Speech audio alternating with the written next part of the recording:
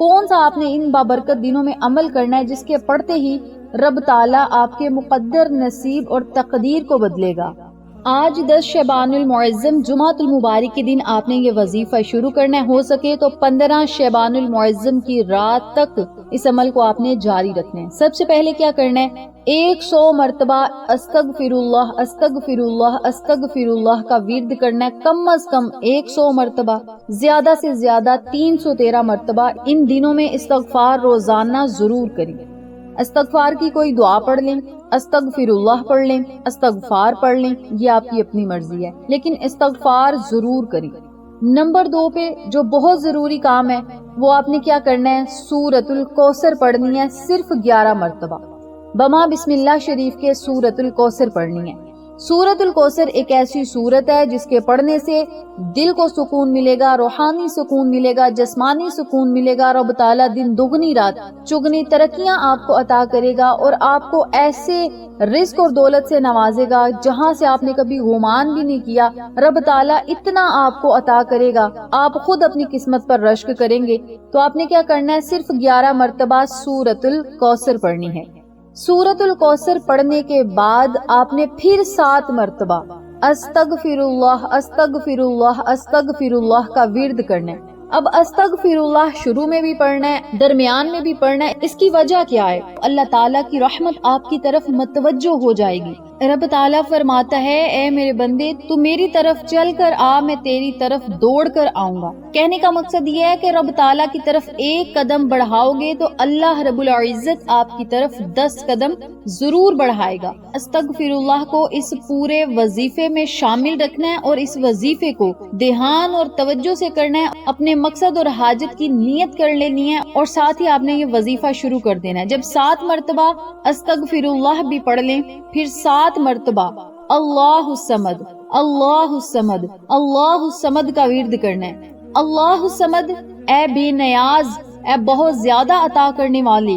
جب اللہ الصمد کہہ دیں گے تو رب تعالیٰ آپ کو غنی کر دے گا، رزق عطا کرے گا، آپ کے لیے دولت کے دروازے کھل جائیں گے، آپ کے لیے رحمتوں کے دروازے کھل جائیں گے، نعمتوں کے دروازے کھل جائیں گے اور 70 خزانوں کے منہ کھل جائیں گے۔ تو آپ نے کیا کرنا ہے، اللہ الصمد 7 مرتبہ پڑھنا ہے۔ جب 7 مرتبہ اللہ الصمد پڑھ لیں، پھر 3 مرتبہ یا ارحم الراحمین یا ارحم الراحمین یا ارحم الراحمین کا ورد کرنا ہے۔ یہ ایسا لفظ ہے جس کے پڑھنے سے اللہ رب العزت جبریل امین کو زمین پر اتارتا ہے اور حکم دیتا ہے، اے جبریل جاؤ، میرا بندہ جو مانگتا ہے اسے عطا کر دو، چاہے وہ غیبی مدد ہو، چاہے وہ رزق ہو، دولت ہو، کامیابیاں ہوں، خوشیاں ہوں، جو بھی مانگیں گے آپ کے قدموں میں ہوگا۔ یہ وظیفہ آپ کسی بھی حاجت کے لیے کر سکتے ہیں، مراد کے لیے کر سکتے ہیں، پریشانیوں کو ختم کرنے کے لیے کر سکتے ہیں، تنگ دستیوں کو ختم کرنے کے لیے کر سکتے ہیں، عروج، ترقیوں اور بلندیوں کے لیے بھی یہ وظیفہ بہت ہی مجرب، انمول اور طاقتور ہے۔ رب تعالیٰ آپ کے لیے ایسے ایسے انتظام کرے گا جن کو دیکھ کر آپ کا دل بھی خوش ہوگا، دنیا اور آخرت دونوں سنور جائیں گے اور کامیابیاں آپ کا مقدر اور نصیب بن جائیں گی۔ آپ کی اولاد کے نصیب اور تقدیر ان دنوں میں ضرور بدلیں گے۔ شب بارات 15 شعبان کی رات تقدیروں کے فیصلے کیے جاتے ہیں، رزق تقسیم کیا جاتا ہے۔ اللہ رب العزت اپنے فرشتوں کو سمیت جبریل امین کے زمین پر اتارتے ہیں اور فرشتوں کو حکم دیتے ہیں، اے فرشتوں زمین پر منتشر ہو جاؤ، پھیل جاؤ، اور آج کی رات میرا بندہ جو مانگتا ہے اسے عطا کر دو، جو رزق مانگتا ہے اسے رزق دو، جو دولت مانگتا ہے اسے دولت دو، جو اولاد مانگتا ہے اسے اولاد دو۔ آج کی رات مانگنے والے کو خالی ہاتھ نہیں موڑا جائے گا، تو اس رات کو ضائع نہ کریں، ان دنوں کو بھی ضائع نہ کریں۔ مبارک رات شب بارات آنے سے پہلے اگر آپ رب تعالیٰ کو راضی کرنے کی کوشش کریں گے تو شب بارات کی رات زیادہ محنت نہیں کرنی پڑے گی، آپ منہ سے بات نکالیں گے فوراً پوری ہو جائے گی۔ تو آپ نے کیا کرنا ہے، آج جمعۃ المبارک کے دن سے یہ وظیفہ شروع کر دینا ہے۔ جمعۃ المبارک کے دن کی بڑی فضیلت ہے، اس وظیفے کو آج جمعہ کے دن سے ضرور شروع کرنا ہے۔ 15 شعبان کی رات تک اس وظیفے کو جاری رکھیں۔ اس وظیفے کی فضیلت و برکات اور سب سے بڑی بات معجزات آپ خود اپنی آنکھوں سے دیکھیں گے۔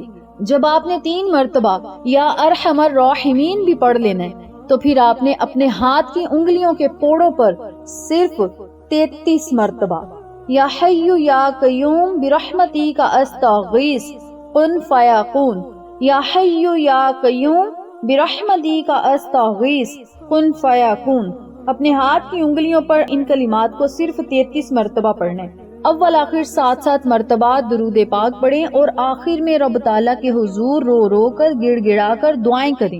اللہ رب العزت جمعۃ المبارک کے دن کے وسیلے، شب بارات کی بابرکت گھڑیوں کے وسیلہ و جلیلہ اور آقا علیہ الصلوۃ والسلام کا صدقہ ہمارے نصیب، تقدیر اور مقدر کو ضرور بدلے گا۔ انشاءاللہ ہمارے نامہ اعمال میں ضرور نیکیاں لکھ دی جائیں گی، اور شب بارات کی رات سب سے جو ضروری بات ہے وہ یہ ہے کہ ہمارے نامہ اعمال اللہ کے حضور پیش کیے جائیں گے۔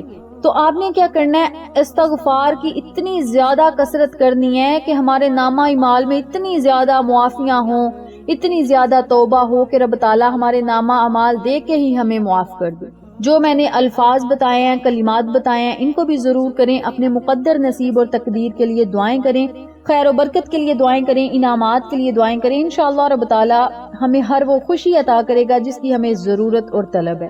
اللہ تعالیٰ سے دعا ہے رب تعالیٰ ہمارے نصیب، تقدیر اور مقدر کو ہماری مرضی کے مطابق بدل دے، اگر ہمارے حق میں بہتر ہے، اور اگر بہتر نہیں تو ہمیں بہترین کر کے عطا کری۔ اس بابرکت مہینے کے صدقے ہمارا پورا سال خوشیوں بھرا ہو، رحمت بھرا ہو، رزق اور دولت سے بھرا ہو، عزت اور کامیابی سے بھرا ہو، اور رب تعالیٰ ہمیں خیر و سلامتی والی زندگی عطا کرے، اور ہمارا خاتمہ بالخیر ہو، خاتمہ ایمان پہ ہو، جب ہمیں واپسی ہو لب پہ ہو حق لا الہ الا اللہ وحدہ لا شریک لہ واشہد ان محمدا عبدہ ورسولہ۔